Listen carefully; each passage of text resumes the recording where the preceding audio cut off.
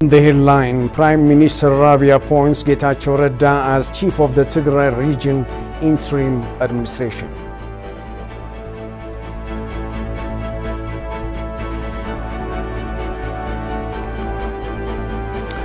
And an expert lauds the need of clear roadmap to bring true transitional justice in Ethiopia.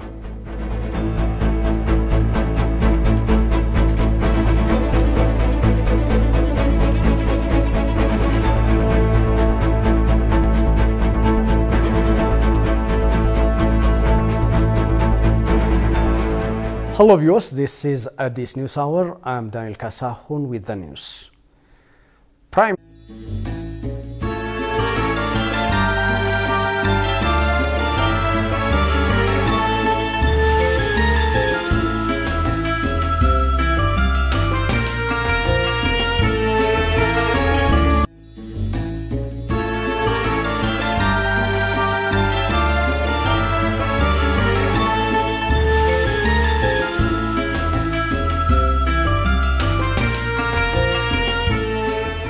You're watching Addis News Hour. Prime Minister Abiy Ahmed has appointed Getachew Redda as Chief Administrator of the Tigray Region Interim Administration. The Office of the Prime Minister has issued a statement about the establishment of Interim Regional Government of Tigray. The statement says, according to the rule of the land, the Prime Minister has made Getachew Redda responsible for the temporary head of the Tigray region. The head of the interim regional government has been entrusted with the responsibility of leading and coordinating the executive body of the region by structuring an inclusive administration that ensures the representation of various political forces operating in the region, the statement disclosed.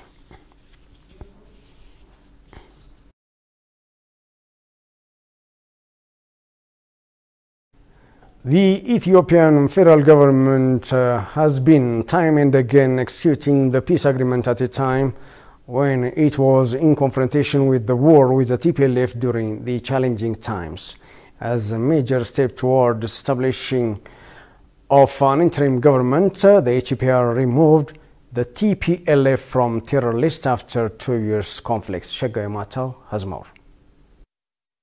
The TPLF had been criticized for long as it was acting against the Ethiopian constitution and hindering the anticipated reform. Its unlawful election and the attack on the northern command of the defense force obliged Ethiopians to suffer from 2 years destructive war. Although the Ethiopian government sent mediators to Mekelle, the city of Tigray region, the TPLF rejected the initiative and waged war against Ethiopians. Luckily, the Ethiopian defense force emerged victorious at the war that lasted 15 days. The federal government called for restoration of peace in the region and set up interim administration in Tigray. However, the TPLF declared another round of war with neighbor regions.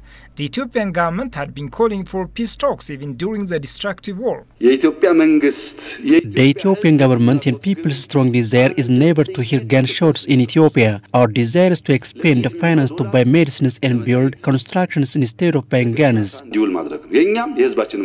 The TPLF used the government's peace call as an opportunity to buy time and prolong the war. The government had been retreating for peace talks to stop the conflict. We don't like fighting. We hate it. I held a gun when I was 14, so I know it. It takes away my friends and brothers. I need development.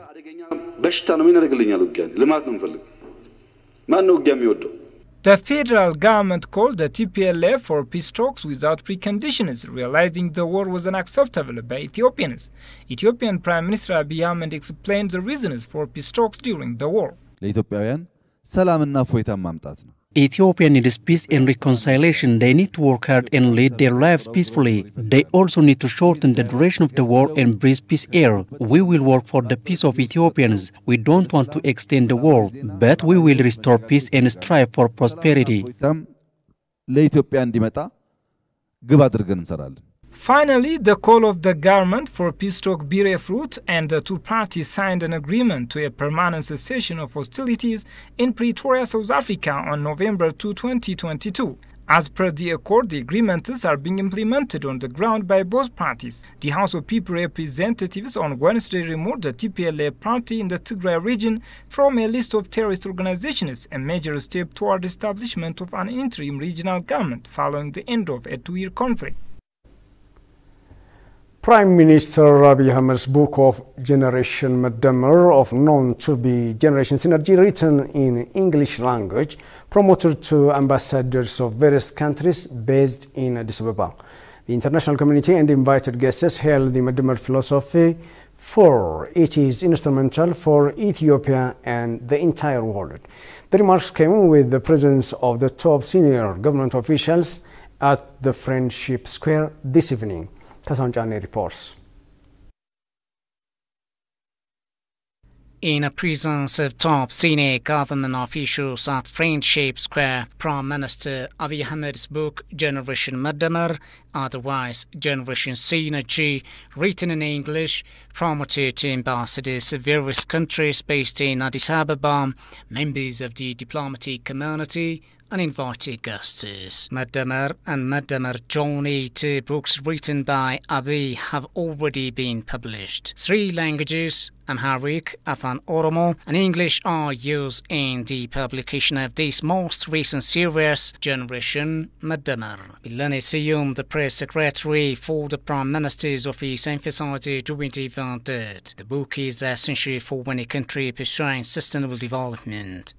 During the book launch ceremony, the Prime Minister has encouraged each regional president to sell the books and use the proceeds of the sales for constructions of various legacy and generation projects like mini stadiums, libraries, parks, and the renovation of natural and historic touristic sites. With an aspiration that spans generations and beckons the healing and prosperous development of Ethiopia, we ask you, our invited guests, to take an active part through your various institutional interventions towards cultivating Generation Madamar. This generation will take the nation and the continent to greater heights. We ask you to order the books in bulk. By doing so, you are placing your print in supporting development projects for the coming generation, and you are also enabling augmenting a reading culture. For his part, Ethiopia's State Minister for Foreign Affairs, Ambassador Misgana Aragga, emphasized the importance of the book for those who are eager to discuss various development agendas, whether in Ethiopia, Africa, or the rest of the globe. Excellencies, as you are well aware, shouldering the responsibility of running the affairs of state of a country like Ethiopia is not an easy duty. But what is rather an uphill task is overcoming this daunting job of leading a nation facing many challenges and writing books at the same time. His Excellency, before assuming power, has written 5 books that dealt at length on a host of socio-political affairs of the nation. And after taking the mantle of leading the country, he managed to contribute 3 more books, namely Madamar, The Path of Madamar, and his latest Generation Madamar, which we are officially launching today for the diplomatic community. It is to be recalled that the proceeds from the sale of the previous 2 books were utilized to fund social services and a building of schools all around the country. Furthermore, the proceedings of the present book will be used to restore historical and tourism attractions in regions it was learned.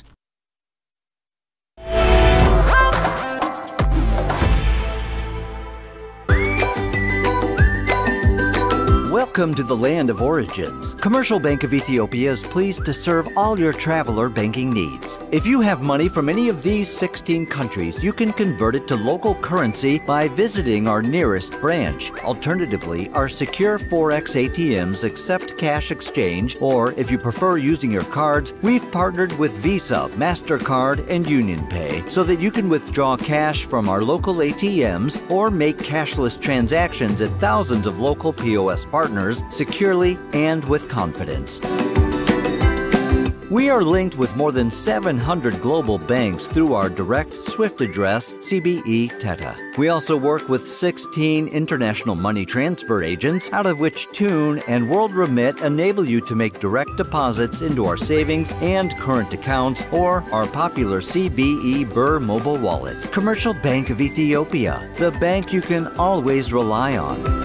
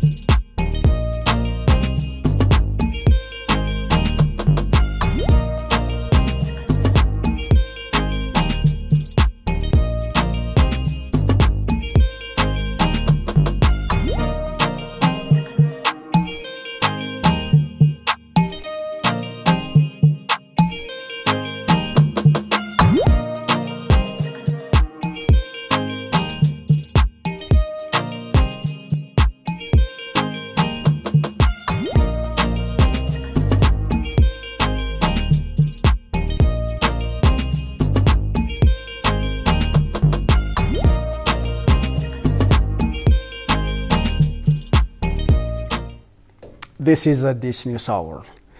The World Bank reiterated that it will work closely with the government and IMF to support the economic stabilization effort of Ethiopia. The World Bank Vice President for Eastern and Southern Africa, Victoria Kwakwa, is in Ethiopia for an official working visit. The Vice President started her two-day visit by paying a courtesy call to Finance Minister Ahmed Shide on Wednesday. The minister thanked Kwakwa for the World Bank's continued support to Ethiopia, especially in delivering much-needed financing in addressing the impacts of overlapping shocks over the last 3 years. Kwakwa commended Ethiopia's resilience in dealing with multiple shocks and the government's commitment to economic reform to promote a private sector-led development. The Vice President reiterated that the bank will work closely with the government and the International Monetary Fund to support the economic stabilization effort of the government of Ethiopia.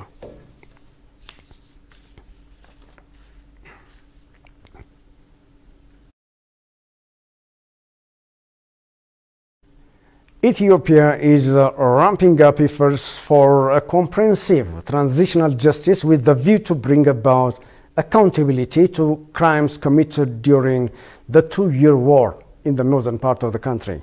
However, any truly remedial transitional justice mechanism should first off draw a clear roadmap, according to a legal expert who sat down with our staff reporter Gosh Malso.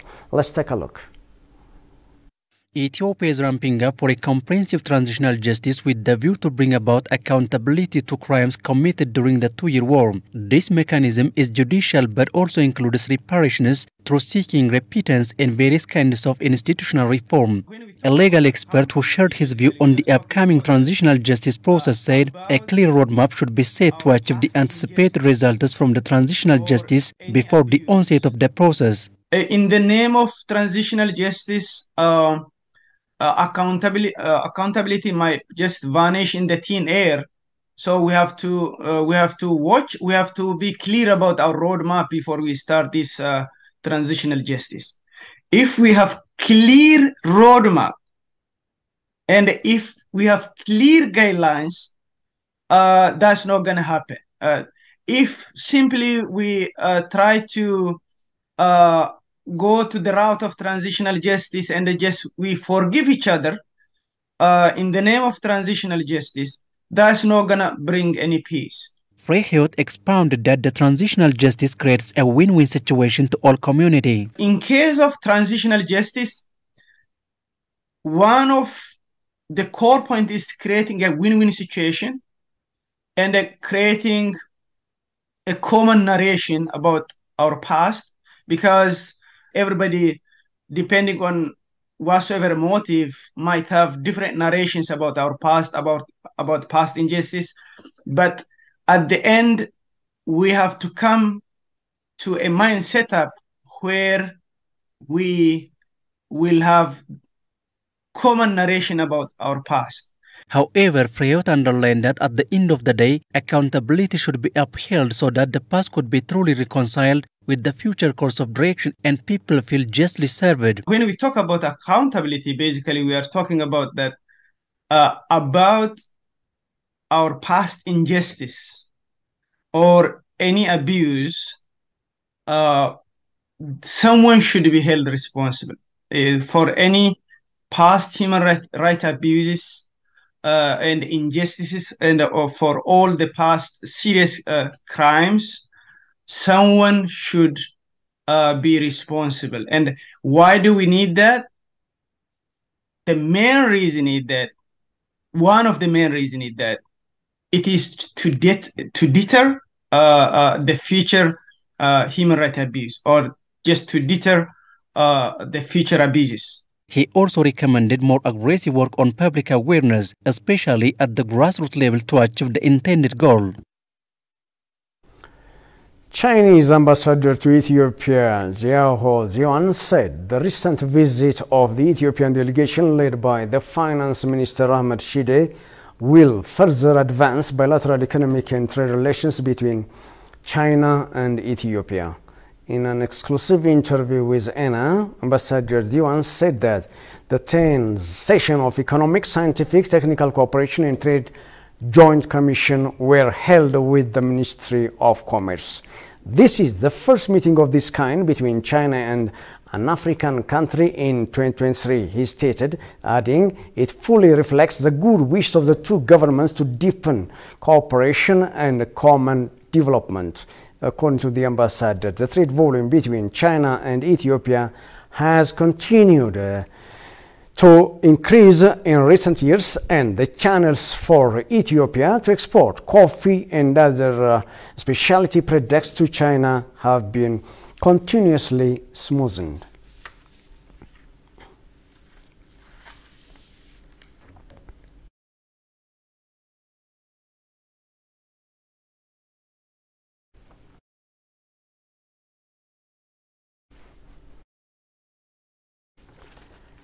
The Sudanese Finance Minister Jibril Ibrahim said the power to be generated from the Grand Ethiopian Renaissance Dam from the GERD will not only be enough for the neighboring countries, but also contribute to the development of the whole region.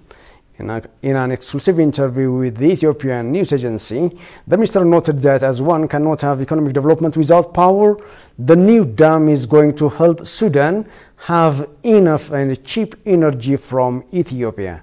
According to the minister, the dam is going to contribute not only to the neighboring countries, but also to the development of the whole region.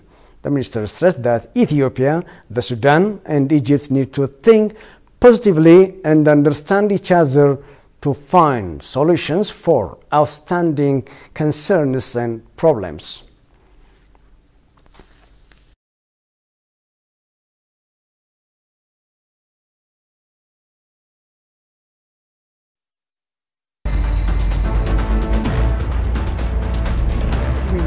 The 70th Global It's expected that Ethiopia is Ethiopians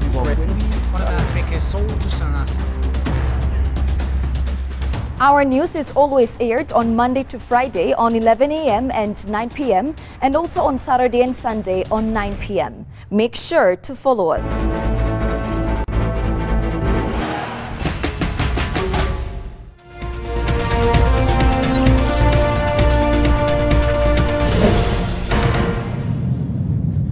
In business, the State Minister of Finance, Samrita Swaso, said the government is committed to support and encourage textile investment activities in Ethiopia. This was said during a discussion she held with the CEO and Managing Director of Kanoria Africa Textile PLC, Ashish Agrawal. Both sides agreed to jointly work to attract more investment to Ethiopia and to work for more access to various markets. Kanoria Africa Textile PLC was officially inaugurated in October 2015 and started its commercial operation in April 2016. The company was established with an investment of 52 million USD with the lion's share of funding from the Export-Import Bank of India and investors. Kanoria Africa Textile is exporting denim fabric to various countries across the globe and to many local garment manufacturing companies across the country, which involves thousands of workforces.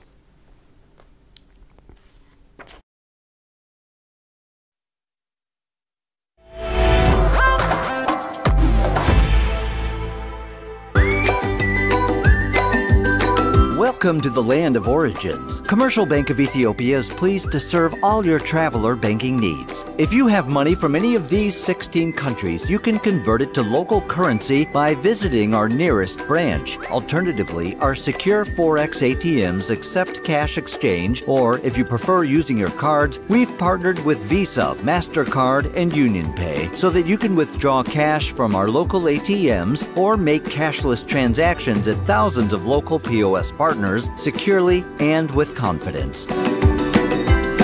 We are linked with more than 700 global banks through our direct SWIFT address, CBE Teta. We also work with 16 international money transfer agents, out of which Tune and World Remit enable you to make direct deposits into our savings and current accounts or our popular CBE Burr mobile wallet. Commercial Bank of Ethiopia, the bank you can always rely on.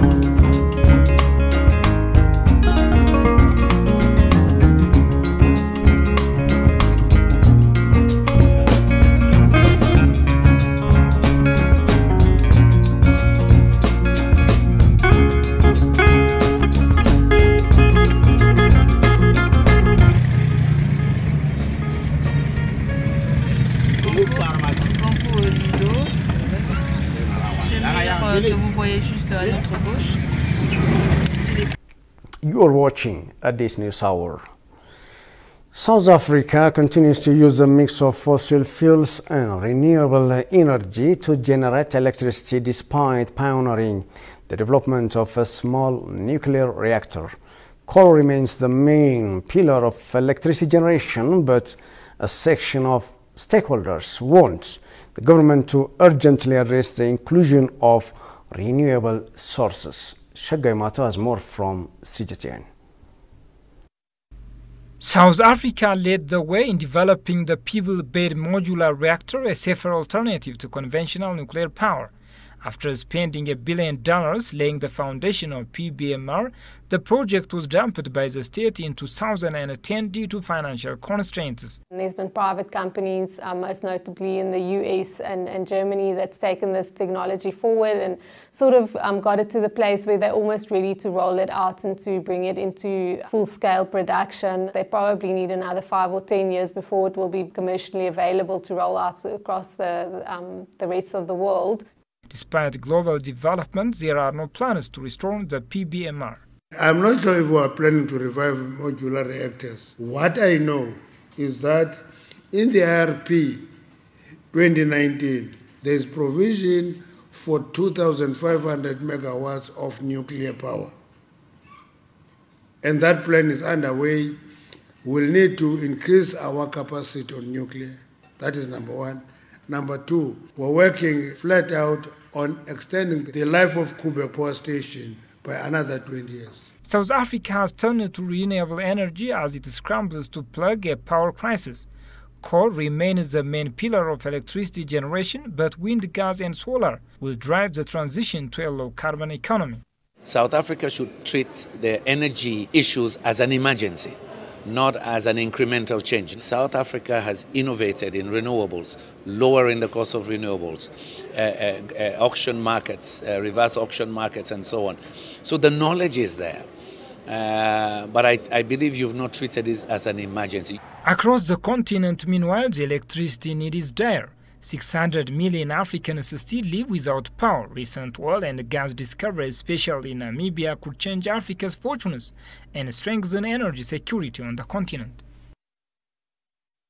And finally, the United Nations Secretary General Antonio Guterres urged the United Nations member states and governments to recognize and act upon the vital importance of water to the world's sustainability and to foster peace and international cooperation.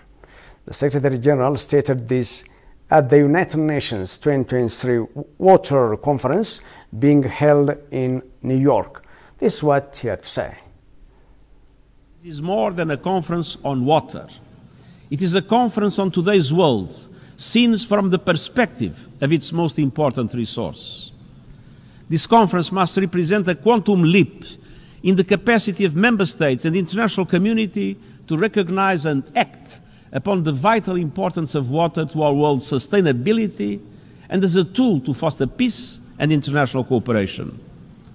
From water as a key driver across economies and policy making, to the recognition of water and sanitation as a human right, from the integration of water and climate policies to an innovative approach in the use of water in food production, now is the moment for game-changing commitments to bring the water action agenda to life. Just to remind you the headlines of the hour.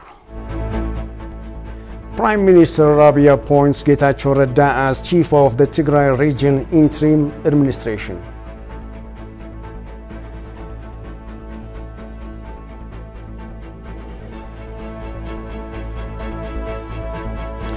And an expert lauded the need of clear roadmap to bring true transitional justice in Ethiopia. That's all for this edition. Thank you for watching. To all Muslims who celebrate Ramadan, we say Ramadan Kareem.